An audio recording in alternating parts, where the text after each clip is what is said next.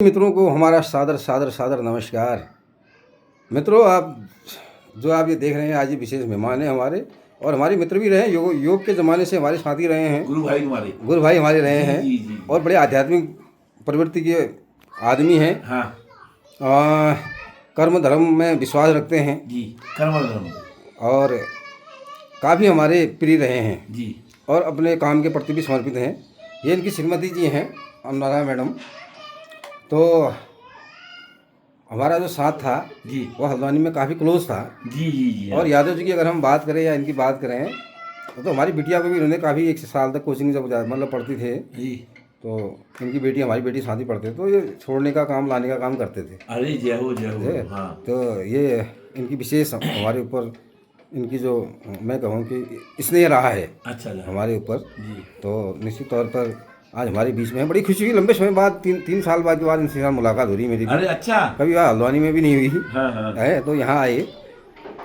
इनसे आज हम पहले तो बड़ी खुशी हुई। हाँ।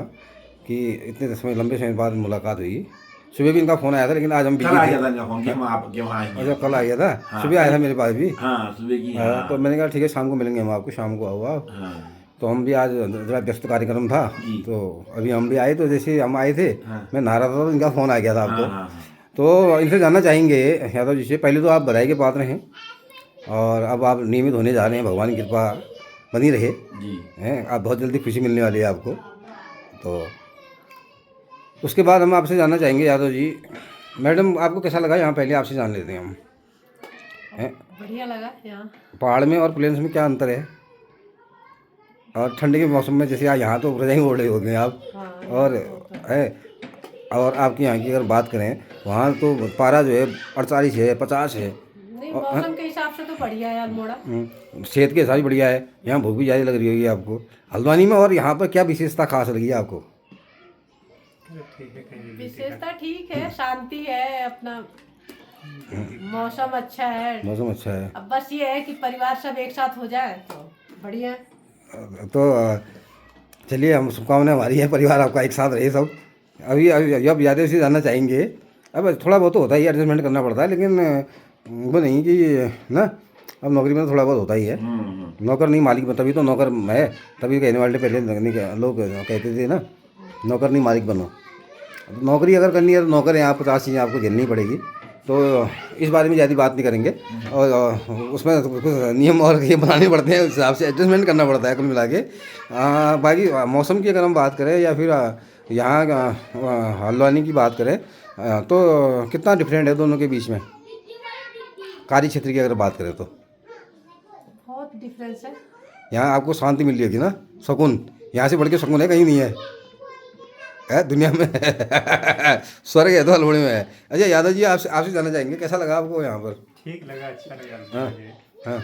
क्लाइमेट के हिसाब से ठीक है जो है। भगवान के यहाँ दर्शन किए, देवभूमि है अल्मोड़ा में अपने। कई यहाँ के महल देखे आपने? हाँ। कई विशेषताएं लिए हुए अल्मोड़ा। ताम्र नगरी है, स्वामी विवेकानंद जी, आप तो ध्यान योग वाले हो, ध्यान की नगरी है, ध्यान करने की नगरी है। गोलजू महाराज की नगरी है। और यहाँ भूमि है जो है, और सिद्धपीठ जागेश्वर की नगरी है। तो ये यहाँ तो कई यहाँ माँ नैना देवी हैं ना, और नंदा देवी हैं। कई मतलब प्रमुख स्थल हैं, और कई प्राचीन मंदिर की विशेष कृपा है यहाँ पे। हाँ बिल्कुल, उनकी विशेष कृपा है यहाँ पर। अब एक कि अपने भी तो बनना पड़ता है, जो अपना भी भाई कर्म क्षेत्र ऐसा होना चाहिए। बिल्कुल। आप गए, दर्शन करिए आपने? हाँ, जाते रहते हैं जो। अच्छा। मंदिरों में जाते कुछ मांगा आपने तो भगवान जी से? क्या मांगा? अब मांगने का क्या है, एक भाई सकुशल रहें, कर्म योगी बने, कर्म पथ पे चलें। और जब भी कोई परिस्थिति आती है तो उस परिस्थिति में अपनी जो मनोस्थिति होती है उसको हमेशा ऊपर रखनी चाहिए। तो जो परिस्थिति आती है, उस परिस्थिति से निपटने के लिए हमको अपनी मनोस्थिति ऊंची रखने से हमारा जो है, हमको सफलता मिलती है उसमें जो है। जब भी कोई व्यवधान पड़ता है, परिस्थिति अपोजिट होती है, तो हम उस परिस्थिति को सफलता के लिए एक साधन मान लें तो बड़ा अच्छा रहेगा जी।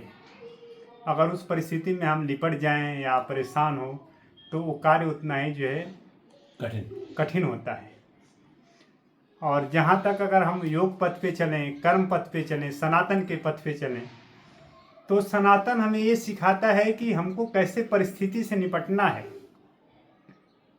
कैसे हम उस परिस्थिति में अपने आप को जो है साधे रखें, सम स्थिति में बने रहें। और जैसे हम योग मार्ग पे चलते हैं, हमारे पास परिस्थितियां आती हैं कि हमको कैसे रखना है, तो योग हमें यही सिखाता है कि अपरिग्रह का मार्ग अपनाओ, सीमित संसाधनों का प्रयोग करके और हमें अपना जीवन यापन करना चाहिए। एक ट्रांसफर जैसे परिस्थितियां आती हैं, उसमें परेशानियां तो होती हैं, लेकिन अगर हम अपरिग्रह का मार्ग अपनाएं, सीमित संसाधनों का मार्ग अपनाएं, तो हमें ज़्यादा कठिनाइयों का सामना नहीं करना पड़ेगा। समत्वम योग उच्यते, चलते रहो तो निश्चित हम ये सोचें कि क्या हम सीमित संसाधनों में अपना जीवन यापन कर सकते हैं, क्या हम इतने संसाधन में अपने आप को जीवित रख सकते हैं, तो कोई भी परिस्थिति हमको हिला नहीं सकती है, जो है हम जो है विचलित नहीं हो सकते हैं, जो है ये हमने देखा जो है। बिल्कुल सही बात की आपने, पूरे एक सार गर्भित शब्दों के साथ, छोटे शब्दों के साथ पूरा सार गर्भित बातें की। और आपका धन्यवाद। कर्म योगी बने, कर्म पथ पे चले, कर्म पथ पर चल करके अपने और आगे बढ़ते रहे सफलता जरूर मिलेगी आपको। मन में भाई ऐसा भाव लेके हुए चले, मन में भाव तो यही होना चाहिए कि हम एक सनातन संस्कृति की तरफ चलें, सम विषम परिस्थिति को मत देखो, आगे बढ़ते रहें बस। ये तो आते रहेंगी जाती रहेंगी। सम विषम परिस्थितियों में भी अपनी मनोस्थिति जो होती है उसको ऊपर रखें, बिल्कुल निगेटिव थॉट्स को ना आने दें, तो निश्चित तौर पर आप जो है मंजिल को पाएंगे और सफलता पर आप जरूर पहुंचेंगे। और जैसे कि हमने ये अपना अनुभव किया जिंदगी में कि हम जो है सीमित संसाधनों का उपयोग करके हम भोग विलास में इतने व्याप्त न हो जाएं और हम अपने संसाधनों को के प्रति इतनी विलासिता ना हो जाएं कि हमको कहीं स्थानांतरण करना पड़े, हमको अपनी मकान छोड़ना पड़े, हमको अपनी महल छोड़ना पड़े, तो उस माया से हम जो है दुखी हों और हमारी जो है शारीरिक क्षति हो। इसलिए अगर योग पथ पे अपनाए, सनातन पथ पे अपनाए, तो सनातन यही कहता है कि अपनी व्यवस्था को, अपने जीवन को सीमित संसाधनों में जीवन यापन करने की वो डालो, जो है आदत डालो, ताकि आपको कहीं जाना पड़े, कोई परिस्थिति हो, कोरोना जैसे परिस्थिति हो, ट्रांसफर जैसे परिस्थिति हो, अपने स्थान को छोड़ना पड़े, तो आप विचलित न हो। हम तो संत हैं साहब, झोला उठा के चल देते हैं। हाँ। ऐसी विचार होने चाहिए। हाँ, ऐसा विचार तो होना चाहिए जो है। और बच्चों को भी ऐसा संस्कार देना चाहिए कि बच्चे भी सीमित संसाधनों का प्रयोग करके और अच्छे से अच्छे अपना जीवन यापन करें। बच्चों को भी ऐसा सिखाना चाहिए, ऐसे संस्कार डालना चाहिए। बिल्कुल सीमित संसाधनों के साथ चलो। हाँ, सीमित संसाधनों के साथ चलो, जो इस समय जो परिस्थितियाँ हैं जो है ये है। ठीक है, बहुत बहुत धन्यवाद, आपने समय दिया। हम आपके पूरे परिवार के लिए मंगल कामना भगवान से करते हैं। बहुत बहुत धन्यवाद, बहुत बहुत नमस्कार।